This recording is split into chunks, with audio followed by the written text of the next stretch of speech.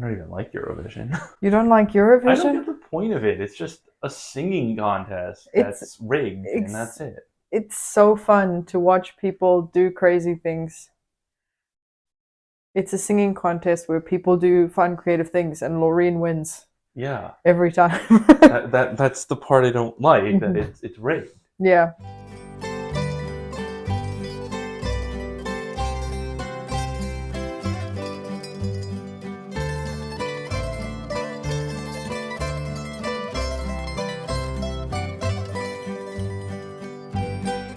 Hey everyone, welcome back to Chef Tyler's Croatian Kitchen.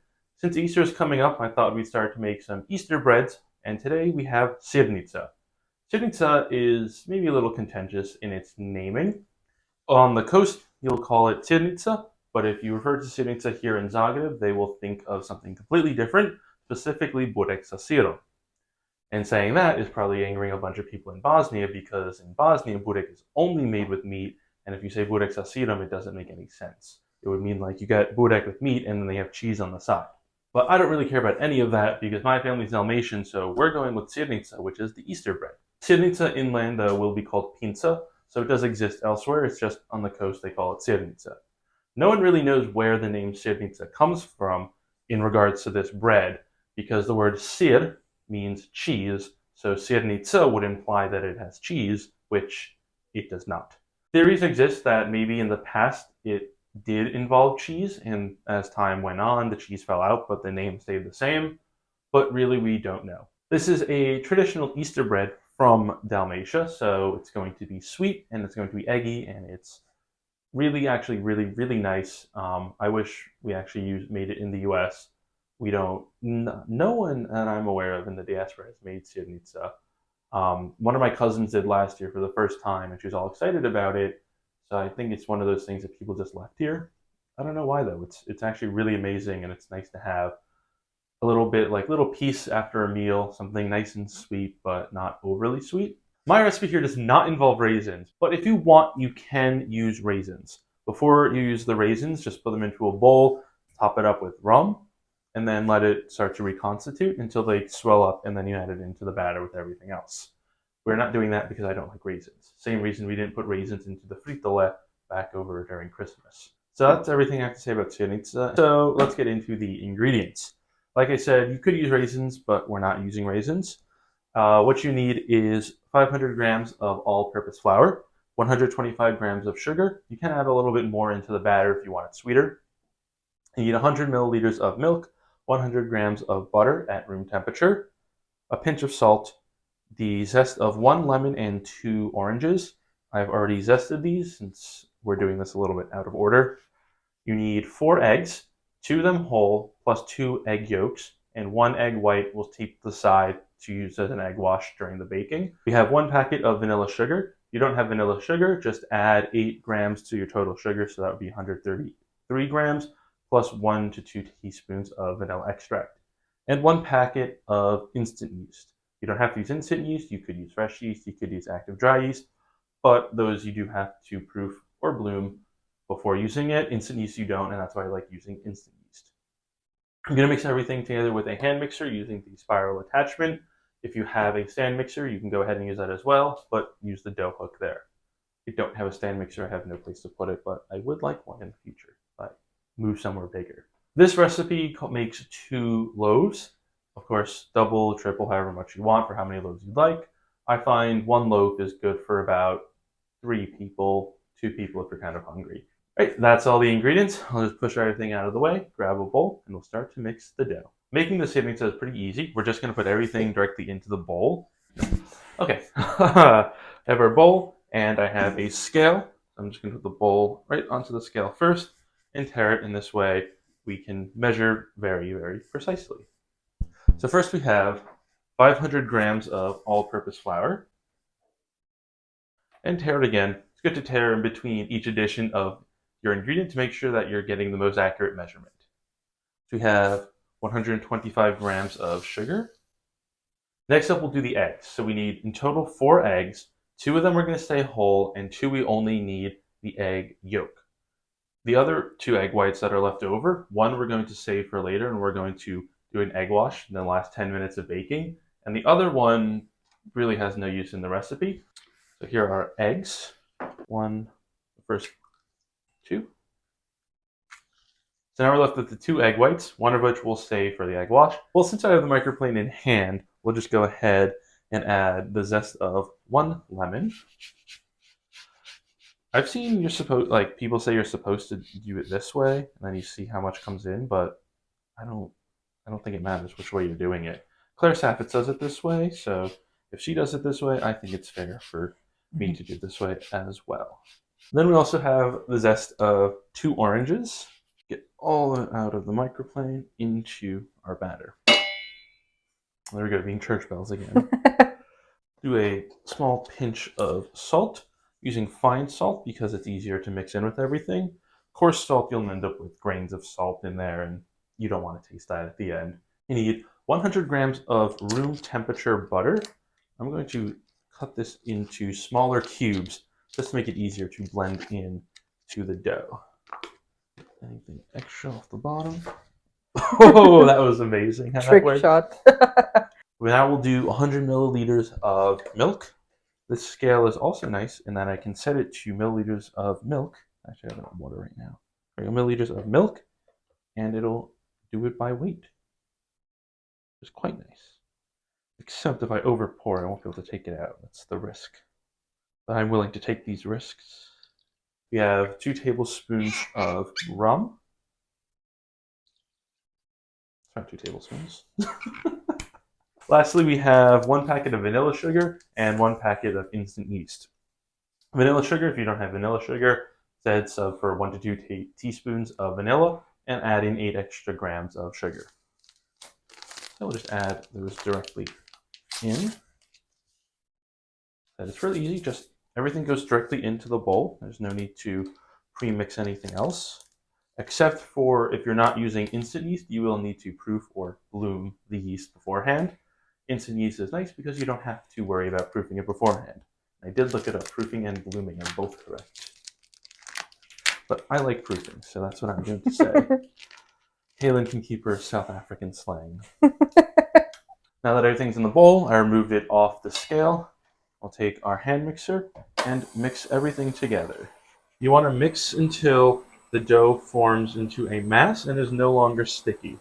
It might be necessary to add in a little bit more flour if it's getting sticky, but just keep going at it for about 7 minutes and be glad you're not doing this by hand.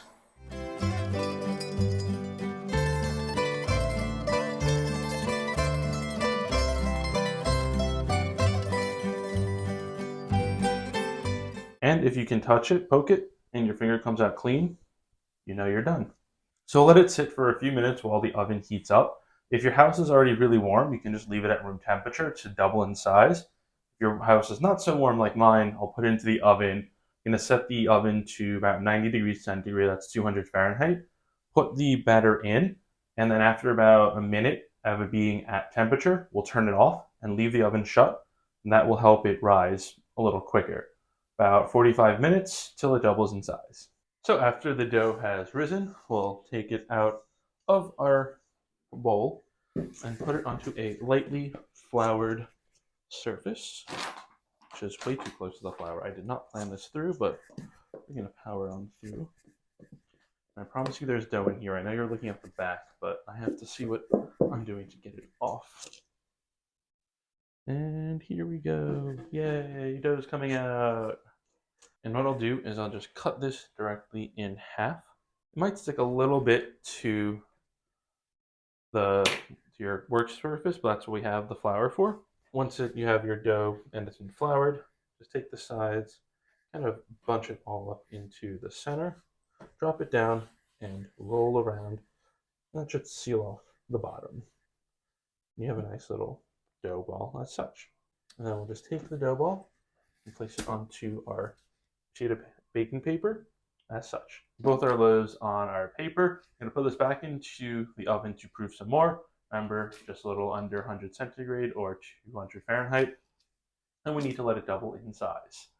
It should take, again, about 45 minutes. And once your loaves have doubled in size, remove them from the oven and preheat the oven to 180 centigrade or 355 Fahrenheit. While the oven is coming up to temperature, with a sharp knife, make an X on the top of each loaf. Once the oven has come to temperature, put the loaves back in and cook for 40 minutes. It's been about 25 minutes since we put them in, so I'm just going to quickly take my whisk, and we're just going to try to whisk these egg whites together. Yes, it's a small bowl, but we're not trying to really beat the egg whites, we just want to get them a little bit frothy. That's because there's actually two parts of egg whites. There's a more thicker viscousy part and a lot more liquidy part. What we're doing here is we're trying to combine them into one, so that when we use the brush to put the egg onto the loaves, we're not going to get strands of egg whites. We want to get all over the loaf. And this will do is it'll make the top of the bread nice and shiny, which is something that we want, and it'll also give the sugar that we're about to add something to stick on. And after we've added on the egg whites, we'll take some sugar.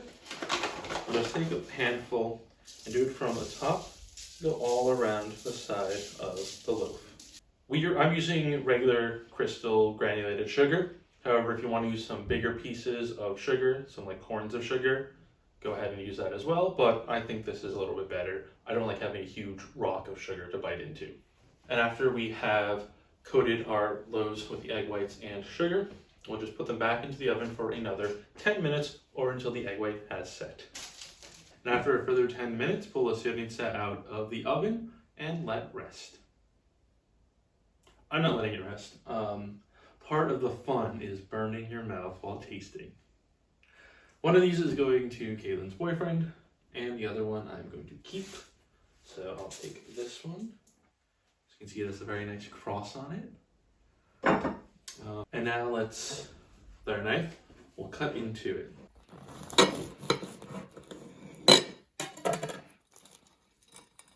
Just by looking at it, it's a lot less dense than it was the other day. I know it might look a little dense, but I promise you this is much better than how I did. Because you cut it when it was hot. Shh. And it's a nice and soft on the inside too. I need to take my little taste for granted. Just regular taste, I guess.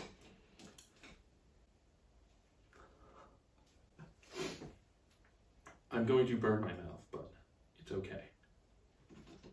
This little piece got all the sugar on there, plus the soft inside. I can see the steam coming off. I'm totally about to burn my mouth.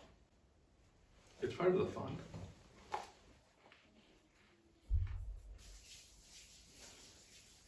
Smells so good. Unreal. Nice and soft on the inside, but also crunchy on the outside. It's a little tad bit orangey. So if you think like you don't want it too orangey, I'd say get rid of the extra orange. So just use the zest of 1 lemon and 1 orange. But it's not overpowering in my opinion. The sugar on the outside, it might have seemed like a lot, but you don't really taste it too much. It forms a nice crunch on the outside, but it's not overly sweet. The overly sweet, I think, is coming from the orange rather than anything else. The bread is good. It is the taste of Easter, so this was Sirnica. Well, it's all cut up, but I guess that's because you know I tried it and it's good. Dalmatia.